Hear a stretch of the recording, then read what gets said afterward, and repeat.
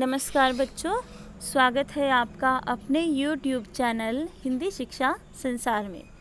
बच्चों, आज हम आपकी पूरक पुस्तक वितान भाग 2 का अध्याय 3 पढ़ेंगे। अध्याय का नाम है अतीत में दबे पाँव। लेखक है ओम थानवी। तो यहाँ पर जैसे कि पाठ का शीर्षक है अतीत में हम जाएंगे और अतीत में 5000 साल पीछे हमें जाना है।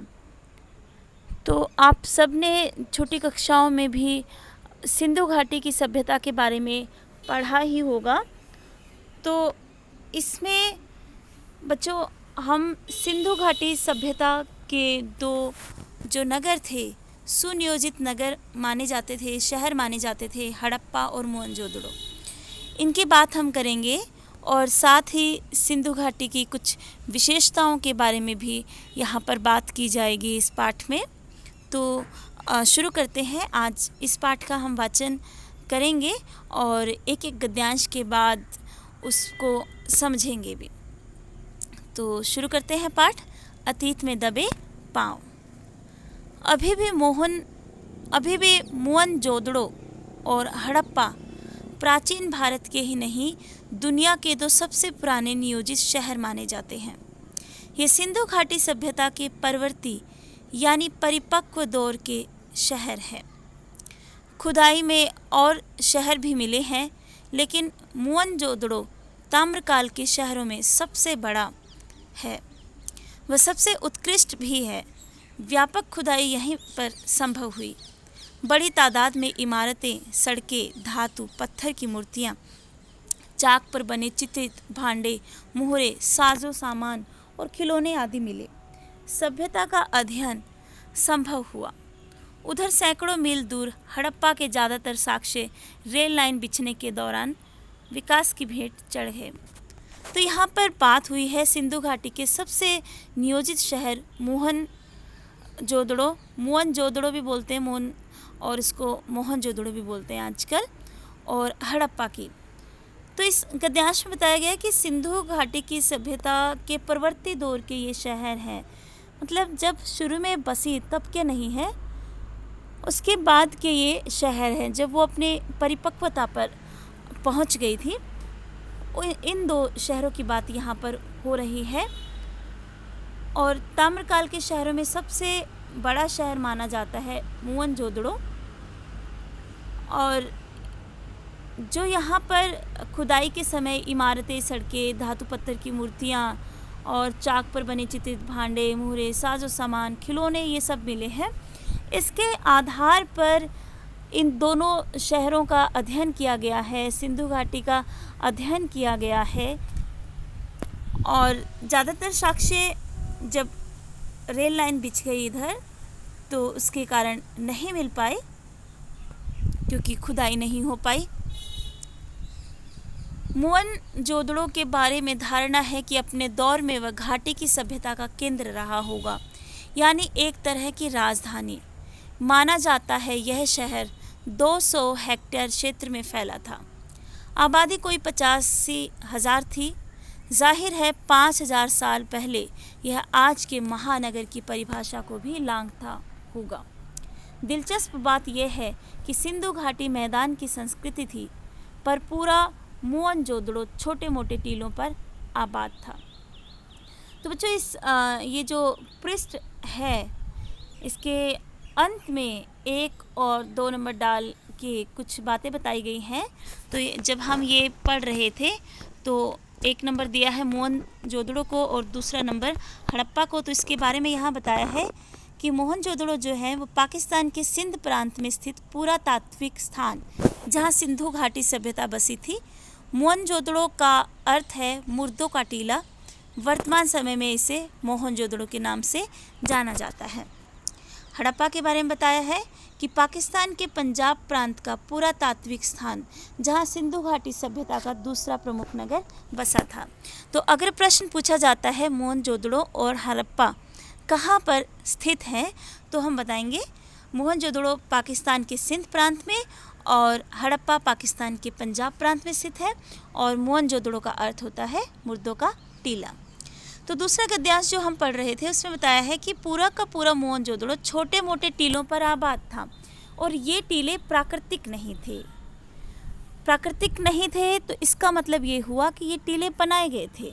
टीला धरती से थोड़ा ऊंचा उठा हुआ वो टीले होते हैं। कच्चे और पक्के दोनों तरह की ईंटों से धरती के स्तर को ऊंचा उठाया गया था ताकि सिंधु का पानी बाहर पसर आए तो उससे बचा जा सके। तो बात शुरू में हुई कि सुनियोजित शहर। तो देखिए किस तरीके से इसको बसाया गया है कि पहले से इसको एक टीले पर बसाया। लोगों ने बहुत सोच समझकर ऐसा किया। उनको मालूम था कि अगर कभी सिंधु नदी का पानी का स्तर बढ़ गया और वो इस शहर की तरफ आया तो लोगों के घरों में पानी ना जाए, घर ना डूबे। तो इसलिए बहुत ही सुनियोजित तरीके से इसको बनाया गया, धरती के स्तर को ऊंचा उठाया गया और उस पर शहर को बसाया गया। मोहनजोदड़ो की खूबी यह है कि इस आदिम शहर की सड़कों और गलियों में आप आज भी घूम फिर सकते हैं। यहाँ की सभ्यता और संस्कृति का सामान भले अजायब घरों की, तो यहाँ पे ये मोहनजोदड़ो की गली दिखाई गई है, भले अजायब घरों की शोभा बढ़ा रहा हो, शहर जहाँ था अब भी वही है। आप इसकी किसी भी दीवार पर पीठ टिकाकर सुस्ता सकते हैं, वह एक खंडर क्यों ना हो। किसी घर की देहरी पर पांव रखकर आप सहसा सहम सकते हैं। रसोई की खिड़की पर खड़े होकर उसकी गंध महसूस कर सकते हैं, या शहर के किसी सुनसान मार्ग पर कान देकर उस बैलगाड़ी की रुनझुन सुन सकते हैं जिसे आपने पुरातत्व की तस्वीरों में मिट्टी के रंग में देखा है। सच है कि यहाँ किसी आंगन की टूटी फूटी सीढ़ियाँ अब आपको कहीं नहीं ले जाती, वे आकाश की तरफ अधूरी रह जाती हैं, लेकिन उन अधूरे पायदानों पर खड़े होकर अनुभव किया जा सकता है कि आप दुनिया की छत पर हैं, वहाँ से आप इतिहास को नहीं उसके पार झांक रहे हैं। तो ये जो गद्यांश है इसमें एक बहुत महत्वपूर्ण प्रश्न बच्चों बन जाता है कि यहाँ की टूटी फूटी सीढ़ियाँ आज भी आपको कहीं ले जाती हैं, आकाश की तरफ अधूरी रह जाती, लेकिन ऐसा लगता है कि आप दुनिया की किसी छत पर हैं। तो ऐसा क्यों कहा गया है कि आज भी अगर यहाँ पे जाया जाता है, इन खंडरों को देखा जाता है, इन साक्ष्यों को देखा जाता है, तो ऐसा लगता है कि ये कोई 5000 साल पहले की बात नहीं है, ये आजकल की ही बात हो। एक जीवंत तस्वीर उस सभ्यता की यहाँ पर नज़र आती है। इसलिए लेखक ने कहा कि जब आपके यहाँ के सुनसान मार्ग को देखते हो तो ऐसा लगता है कि जैसे शायद यहाँ से कोई बैलगाड़ी गुजरी हो और उसकी रुनझुन जो है कानों में सुनाई देती है। रसोई घर में घुसते हो तो ऐसा लगता है कि यहाँ पे कोई पकवान बना होगा। जैसे इस पैराग्राफ में दिया है यहाँ पर कि आप किसी घर की देहरी पर पाँव रखकर आप सहसा सहम सकते हैं, मतलब ऐसा लगता है कि हम किसी अजनबी के घर में चोरी छुपे घुस रहे हों। और यहाँ की जो दीवारें हैं आज भी, जो टूटी फूटी दीवारें आज भी इतना मजबूत नज़र आती हैं कि आप पीठ टिकाकर सुस्ता सकते हो। तो आज भी ये शहर एक जीवंत सा शहर लगता है। इसके साक्ष्यों को देखकर ऐसा लगता है कि हम इतिहास को नहीं बल्कि उसके पार झांक रहे हों। तो ये इस गद्यांश में बताया गया है। अगला है, सबसे ऊंचे चबूतरे पर बड़ा बौद्ध स्तूप है, मगर यह मोहनजोदड़ो की सभ्यता के बिखरने के बाद एक जीर्ण शीर्ण टीले पर बना। कोई 25 फुट ऊंचे चबूतरे पर 26 सदी पहले बनी ईंटों के दम पर स्तूप को आकार दिया गया। चबूतरे पर भिक्षुओं के कमरे भी हैं। 1922 में जब राखाल दास बनर्जी यहाँ आए तब वे इसी स्तूप की खोजबीन करना चाहते थे। इसके गिर्द खुदाई शुरू करने के बाद उन्हें इल्हाम हुआ, इल्हाम उर्दू का शब्द मतलब अनुभूति हुई, कि यहाँ ईसा पूर्व के निशान है। भारतीय पुरातत्व सर्वेक्षण के महानिदेशक जॉन मार्शल के निर्देश पर खुदाई का व्यापक अभियान शुरू हुआ। धीमे धीमे यह खोज विशेषज्ञों को सिंधु घाटी की सभ्यता की देहरी पर ले आई। इस खोज ने भारत को मिस्र और मेसोपोटामिया की प्राचीन सभ्यताओं के समकक्ष ला खड़ा किया। दुनिया की प्राचीन सभ्यता होने के भारत के दावे को पुरातत्व का वैज्ञानिक आधार मिल गया। तो यहाँ बात हुई है कि मोहनजोदड़ो में एक बौद्ध स्तूप भी मिला है। पर्यटक बंगले से एक सर्पिल पगडंडी पार कर हम सबसे पहले इस स्तूप पर पहुँचे। पहली झलक ने हमें अपलग कर दिया। इसे नागर भारत का सबसे पुराना लैंडस्केप कहा गया है।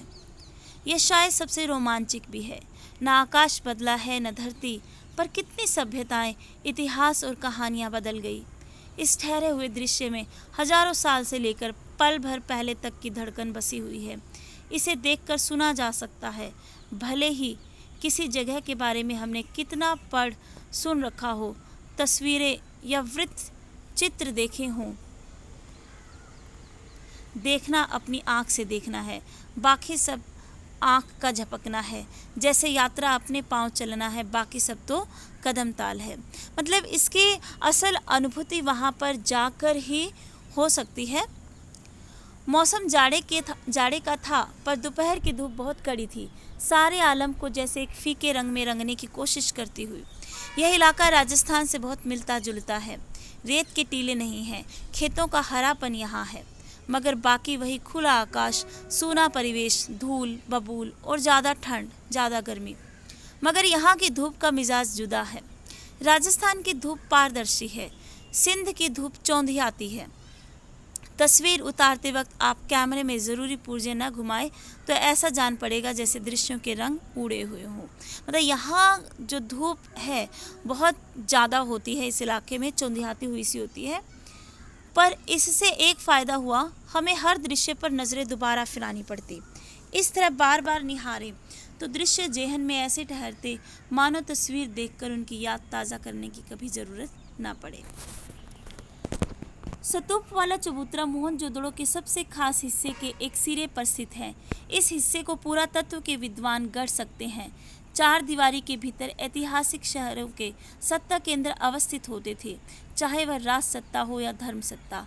बाकी शहर गढ़ से कुछ दूर बसे होते थे। क्या यह रास्ता भी दुनिया को मोहनजोदड़ो ने दिखाया?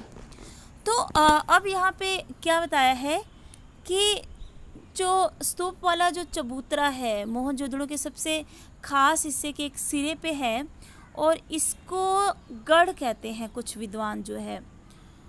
और ये ऐतिहासिक चार दीवारी के भीतर ऐतिहासिक शहरों के सत्ता केंद्र अवस्थित होते थे, चाहे राज सत्ता हो या धर्म सत्ता। लेकिन जो बाकी का जो शहर है वो गढ़ से कुछ दूर बसे हुए होते थे। तो इस तरीके से इसको बसाया गया है। यहाँ पे देखिए मोहनजोदड़ो में बौद्ध स्तूप की यहाँ पे तस्वीर दिखाई गई है। सर्पिल पगडंडियाँ हैं इसके पहुँचने की। तो बच्चों आज के लिए इतना ही। अगला गद्यांश हम कल पढ़ेंगे। धन्यवाद। शुभ दिन।